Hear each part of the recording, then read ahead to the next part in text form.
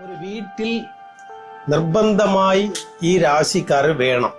ഈ 3 രാശിക്കാരും ഒരു വീട്ടിൽ ഇരിക്കുവാണെങ്കിൽ ആ വീട് ഒരിക്കലും നശിച്ചു പോകത്തില്ല. കടൻ വാങ്ങി ആ നാട് വിട്ട് പുറത്തെങ്ങും പോകാൻ വേണ്ടിയുള്ള ഒരു സാഹചര്യം വരത്തില്ല. ഇതുപോലുള്ള 4 രാശിയിൽ ഒരു കുഞ്ഞ് ജനിച്ചാൽ ആ വീട്ടില് സാമ്പത്തിക ശേഷം ഉണ്ടാകും. അതുമുതൽ ആ വീട് വളരാൻ തുടങ്ങും. ഈ 4ഉം സ്നേഹിക്കുന്ന ജീവനുള്ള രാശിയാണ്. അപ്പം ഈ രാശി ഒരു കുടുംബത്തിൽ വരുമ്പം കുഞ്ഞുങ്ങളുണ്ടാവും, കുടുംബ വൃത്തിയാവും, കുടുംബത്തിൽ നല്ല സന്തോഷമുണ്ടാവും. ഈ രാശിയാണ് ഇതിന്റെ കാരണമായിരിക്കുന്നത്. ഇത് ദൈവീക രാശി എന്ന് പറയും. ദൈവരാശികളാണ്. ഈ രാശിയിൽ ജനിച്ചാൽ ആ വീട്ടില് ദൈവ അനുഗ്രഹം ഉണ്ടാകും. ദൈവ അനുഗ്രഹം വന്നു കഴിഞ്ഞാൽ ആ വീട്ടില് നമസ്കാരം 12 രാശി ഉണ്ട്. ഈ 12 രാശിയിൽ ഏതേത് രാശിയാണ് ഒരു വീട്ടിൽ നിർബന്ധമായി ഈ രാശിക്കാർ വേണം എന്ന് പറയുന്നത്? ഒരു സരരാശി, ഒരു സ്ഥിരരാശി, ഒരു ഉഭയരാശി. ഈ 3 രാശിക്കാരും ഒരു വീട്ടിൽ ഇരിക്കുവാണെങ്കിൽ ആ വീട് ഒരിക്കലും നശിച്ചു പോകത്തില്ല. കടൻ വാങ്ങി ആ നാട് വിട്ട് പുറത്തെങ്ങും പോകാൻ വേണ്ടിയുള്ള ഒരു സാഹചര്യം വരത്തില്ല. ആ ഇരിക്കുന്ന വീട് തന്നെ അത് വളർന്നു വന്നുകൊണ്ടിരിക്കും. ഇതുപോലെ നല്ല വിഷയങ്ങൾ ഈ 3 രാശിയും ഒരു വീട്ടിൽ ഇരിക്കുവാണെങ്കിൽ ആ വീട് നന്നാവും. ഇപ്പൊ അതേക്കുറിച്ച് ഒന്ന് വിശദമായി പറയാം. ഇപ്പം ഇത് കണ്ടിന്യൂ ആയിട്ട് നമ്മൾ ഇതിനെക്കുറിച്ച് സംസാരിക്കാം. ഇത് അവരുടെ ജാതകത്തിൽ ഇരിക്കുന്ന ഗ്രഹം ഏത് കാലത്തിലാണ് ഇപ്പൊ ഇരിക്കുന്നത് എന്ന് അനുസരിച്ച് ഏത് രാശിയിലാണ് അവർ സമ്പാദിക്കുന്ന രാശിയിലാണോ ഇപ്പൊ ഇരിക്കുന്നത്, അല്ലെങ്കിൽ അവർ സ്നേഹമുള്ള കല്യാണമൊക്കെ നടക്കുന്ന രാശിയിലാണോ ഇരിക്കുന്നത്, അല്ലത് സ്പിരിച്വലായ രാശിയിലാണോ ഇപ്പൊ ഇരിക്കുന്നത് എന്ന് അവരുടെ ജാതകത്തിൽ ഈ രാശിയിലുള്ള ഗ്രഹം അവരുടെ കാലചക്രത്തിൽ ദിശ നടത്തും. ഈ ദിശ നോക്കി ഒന്നുകൂടെ തീരുമാനിക്കണം. ഇതുപോലെ നല്ല വിഷയങ്ങൾ ഈ 3 രാശിയും ഒരു വീട്ടിൽ ഇരിക്കുവാണെങ്കിൽ ആ വീട് നന്നാവും. ഇപ്പൊ അതേക്കുറിച്ച് ഒന്ന് വിശദമായി പറയാം. സരരാശി എന്ന് പറയുന്ന രാശികളെല്ലാം നമുക്ക് സാമ്പത്തിക ശേഷം ഉണ്ടാക്കുന്ന രാശികളാണ്. നമ്മുടെ വീട്ടിൽ കടൻ ഉണ്ടാകാൻ അവര് വഴി വരുത്തത്തില്ല. അവർ ഇരിക്കുവാണെങ്കിൽ ആ വീട് ഒരിക്കലും സാമ്പത്തിക ശേഷത്തിന്റെ ബുദ്ധിമുട്ട് ചെറുതായിട്ട് വന്നാലും അത് നശിക്കാതെ പോകും. അത് ഒരു പരിധി വരയ്ക്കും താഴെ പോയി എന്നിട്ട് തൂക്കി അത് മുകളിലോട്ട് കയറി വരും. ഇപ്പൊ ചില വീട്ടിലെ സ്ഥിരരാശിയും ഉഭയരാശിയും ഉണ്ട്. ഈ 2 രാശി ഇരിക്കുവാണെങ്കിലും അവർക്ക് സാമ്പത്തിക ശേഷത്തിന്റെ വളർച്ച ഉണ്ടാവത്തില്ല. ആ വീട്ടില് ഈ സരരാശിയിൽ ജനിച്ചവർ, അതായത് മേടം, കർക്കടകം, തുലാം, മകരം, ഇതുപോലുള്ള 4 രാശിയിൽ അവർ ജനിച്ചാൽ, ഒരു കുഞ്ഞ് ജനിച്ചാൽ ആ വീട്ടില് സാമ്പത്തിക ശേഷം ഉണ്ടാകും. അതുമുതൽ ആ വീട് വളരാൻ തുടങ്ങും. നിങ്ങളൊന്ന് ഇതുപോലെയാണോ ഇല്ലേ എന്ന് നിങ്ങൾ നോക്കണം. പക്ഷേ ഇപ്പൊ എന്റെ വീട്ടിൽ ഒരു കുഞ്ഞ് ജനിച്ച് അങ്ങനെ ഇല്ലല്ലോ അങ്ങനെയൊക്കെ പറയരുത്. അത് വളരും. അത് വന്നു കഴിഞ്ഞിട്ട് നിങ്ങൾ നശിച്ചു പോകത്തില്ല. അത് അല്ലാതെ അതുപോലെ ഇതുപോലെ തുലാം രാശിയിൽ ഒരു കുഞ്ഞ് ജനിച്ചാൽ ഉടനെ തന്നെ ആ വീട്ടിലെ കുടുംബത്തിൽ ആർക്കെങ്കിലും കല്യാണമാകാതിരിക്കുവാണെങ്കിൽ അവർക്ക് അവിടെ കല്യാണം ആകും. അപ്പൊ ഇതും ഒരു കാരണമാണ്. ഇതൊന്ന്. ഇപ്പോ ഈ 4 രാശിയും കേന്ദ്രമാണ്. കേന്ദ്രത്തിൽ ഗ്രഹം ഇല്ല എന്നുണ്ടെങ്കിൽ അരസനും ആണ്ടിയാവാൻ എന്ന് തമിഴിൽ പറഞ്ഞിട്ടുണ്ട്.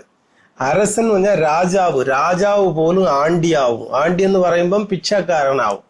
ഇതാണ് ഈ കേന്ദ്രം എന്ന് പറയുന്നത്. ഈ കേന്ദ്ര രാശികൾ എന്ന് പറയുന്ന 4 രാശിയിലും നിങ്ങളുടെ വീട്ടിൽ ആരെങ്കിലും ജനിച്ചിട്ടുണ്ടെങ്കിൽ ആ വീട് അത് മുതൽ വളരാൻ തുടങ്ങും.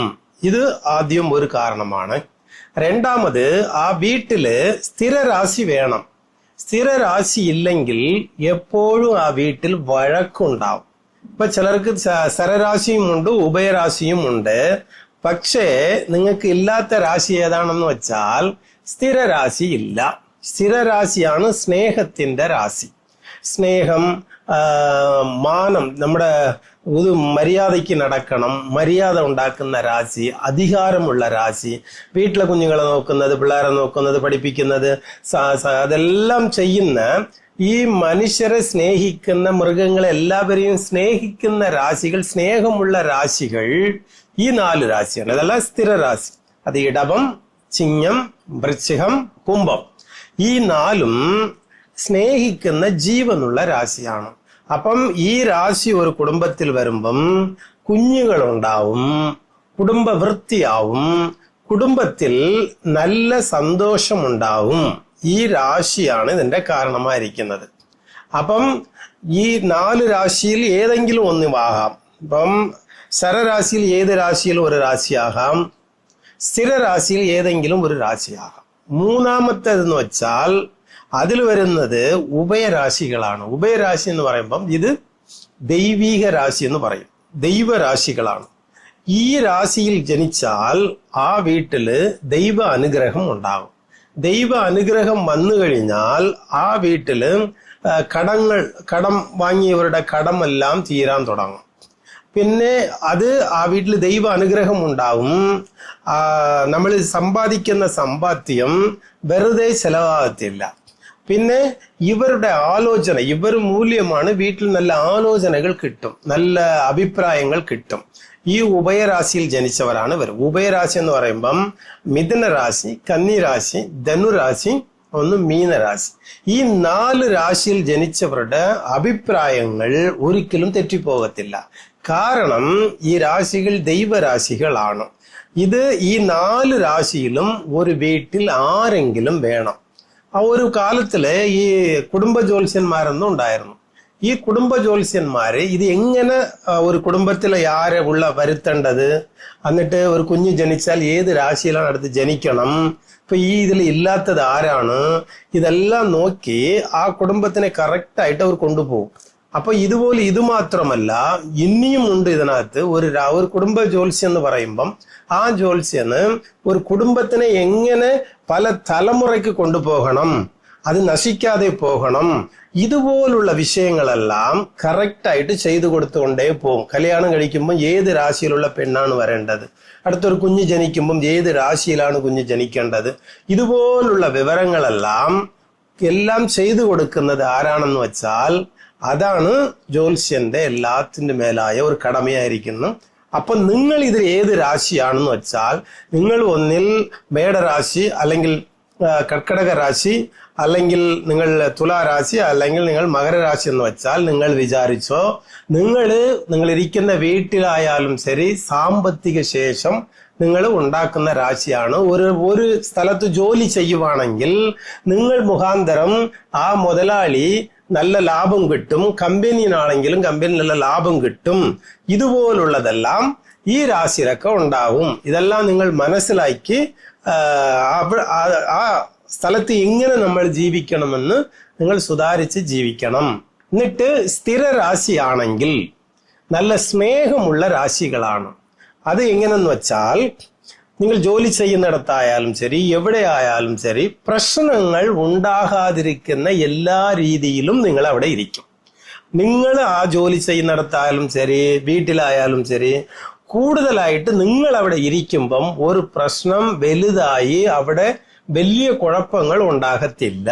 അപ്പൊ നിങ്ങൾ വിചാരിച്ചോണം, നിങ്ങൾ ഇടവരാശി ആയാലും ശരി, ചിങ്ങരാശി ആയാലും ശരി, വൃശ്ചിക രാശി ആയാലും ശരി, കുംഭരാശി ആയാലും ശരി, നിങ്ങൾ 4 രാശിക്കാരും ഒരിടത്ത് ഇരിക്കുവാണെങ്കിൽ അവിടെ വഴക്ക് ഉണ്ടായി അത് വലുതായിട്ട് മാറത്തില്ല, വലിയ കൊലപാതകങ്ങളൊക്കെ അവിടെ ഉണ്ടാകത്തില്ല.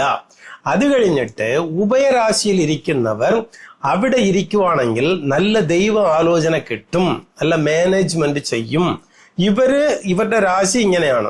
എവിടെ പോയാലും അവർ ഒരു നല്ല അഭിപ്രായം പറയണം. ഇത് ഇങ്ങനെ ചെയ്താൽ കൊള്ളാം, ഇങ്ങനെ ചെയ്താൽ കൊള്ളാം, ഇങ്ങനെ ചെയ്താൽ നഷ്ടം വരത്തില്ല. അല്ലെങ്കിൽ ഒന്ന് ചെയ്യുന്നതിന് മുമ്പ് നമ്മൾ ആലോചിക്കും, ഇത് ഇങ്ങനെ ചെയ്യാവോ, അല്ലെങ്കിൽ ഇങ്ങനെ ചെയ്യാമോ, ഇങ്ങനെ ചെയ്താൽ ഇങ്ങനെ വരും, ഇങ്ങനെ ചെയ്താൽ ഇങ്ങനെ വരുമെന്ന് ആലോചന പറയുന്ന രാശിയിലിരിക്കുന്നവരെല്ലാം ഉഭയരാശിയിൽ ഉള്ളവരാണ്. അപ്പൊ ഉഭയരാശിയിൽ ജനിച്ചവർ മിഥുനരാശി, കന്നിരാശി, ധനുരാശി, മീനരാശി, ഈ 4 രാശിയിലും ജനിച്ചവർ മനസ്സിലാക്കണം, നമ്മള് ഈ സ്ഥലത്ത് ഇരിക്കുന്നത് ഇങ്ങനെയാണ്, നമ്മുടെ രാശി ഇതാണ്. അപ്പൊ ഈ ലോകത്തിൽ ഇരിക്കുന്നവർ ഈ 12 രാശിക്കാരാണ്. 12 രാശിക്കാരും ഇങ്ങനെ നിങ്ങൾ ചിന്തിച്ച് മനസ്സിലാക്കി ജീവിക്കാം. എന്നാൽ നിങ്ങൾ ഇങ്ങനെ ചിന്തിച്ചോ, ശരരാശിക്കാർ ഇതിനുള്ളവരാണ്, സ്ഥിരരാശിക്കാർ ഇതിനുള്ളവരാണ്, ഉഭയരാശിക്കാർ ഇതിനുള്ളവരാണ്. ഇപ്പം ഇത് കണ്ടിന്യൂ ആയിട്ട് നമ്മൾ ഇതിനെക്കുറിച്ച് സംസാരിക്കാം. ഇത് അവരുടെ ജാതകത്തിൽ ഇരിക്കുന്ന ഗ്രഹം ഏത് കാലത്തിലാണ് ഇപ്പൊ ഇരിക്കുന്നത് എന്ന് അനുസരിച്ച് ഏത് രാശിയിലാണ് അവർ സമ്പാദിക്കുന്ന രാശിയിലാണോ ഇപ്പൊ ഇരിക്കുന്നത്, അല്ലെങ്കിൽ അവർ സ്നേഹമുള്ള കല്യാണമൊക്കെ നടക്കുന്ന രാശിയിലാണോ ഇരിക്കുന്നത്, അല്ലെങ്കിൽ സ്പിരിച്വലായ രാശിയിലാണോ ഇപ്പൊ ഇരിക്കുന്നത് എന്ന് അവരുടെ ജാതകത്തിൽ ഈ രാശിയിലുള്ള ഗ്രഹം അവരുടെ കാലചക്രത്തിൽ ദിശ നടത്തും. ഈ ദിശ നോക്കി ഒന്നുകൂടെ തീരുമാനിക്കണം. എന്നാൽ ഇത് കണ്ടിന്യൂ ആയിട്ട് നമുക്ക് സംസാരിക്കാം. ഇപ്പൊ ഇതുകൊണ്ട് നിർത്തുകയാണ്.